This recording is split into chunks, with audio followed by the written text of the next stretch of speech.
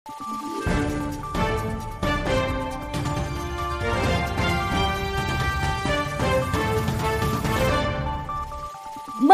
araw, Pilipinas! Ito ang Valiente News hatid sa inyo ng Office of the Vice President. Kabilang ang mga kababaihan sa mga prioridad na maalalayan ng Magnegosyo Today program ng OVP sa Cotabato City. Kabilang sa mga natulungan nito ang isang MSME na pinasok ang pagbebenta ng mga damit at iba pa. Samantala, may mensahe naman para sa tanggapan ang iba pang MTD beneficiaries sa BARM. Narito ang ulat ni Jera Gomez. Mga damit, beauty products at mga sabon. Ilan lamang ito sa mga produktong mabibili sa tindahan ni Merembay Arimao dito sa Sitio Pukling sa Sultan Store. Si Merembay ay isa sa mga pinakabagong Magnegosyo Today grantees sa Bangsamoro Autonomous Region in Muslim Mindanao o BARM. 15,000 pesos na karagdagang puhunan ang kanyang natanggap mula sa OVP. Sa tulong talaga ng Office of the Vice President, nagpapasalamat po talaga ako kasi sobrang laki po ng tulong na binigay nila sa amin. Itong 15,000 na nakuha namin para sa negosyo is sobrang laki na po ng naipon ko. Pagtanggap na ng 15,000, gikuha na namin sa RTW. Nagtira talaga ako ng 3,000 para ibili ko naman ng mga barbecue. Yung 12,000, gibili ko na talaga ng RTW. Lahat ma'am, ubos Opo, ubos talaga ma'am. Alhamdulillah ma'am, medyo malakas na po. Kasi kumpleto na po yung paninda ko na barbecue.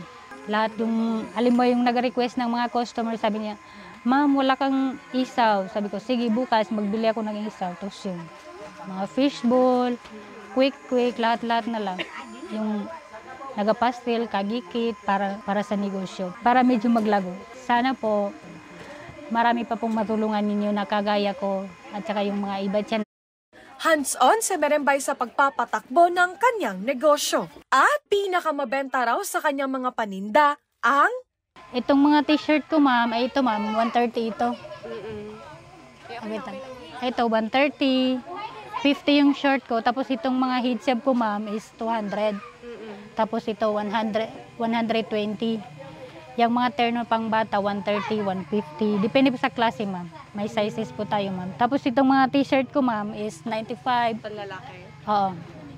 Assorted. Yung mga sando. Tapos ito, ma'am, long sleeve is 170 po.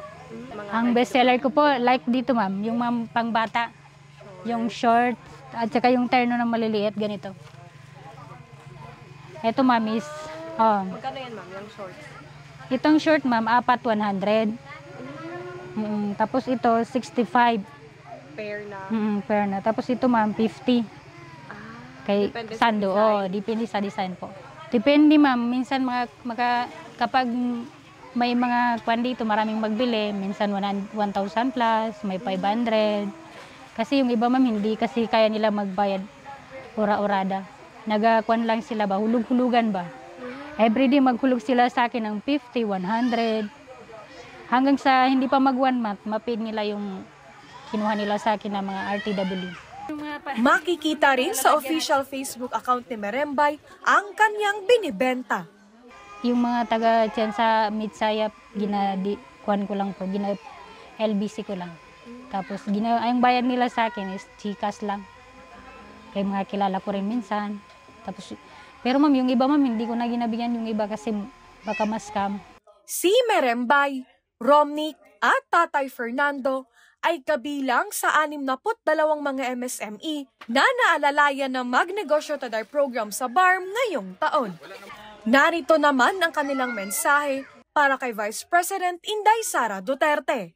Nauna na, nagpapasalamat po ako kay Vice President Inday Sara Duterte po. Salamat po sa programa nyo.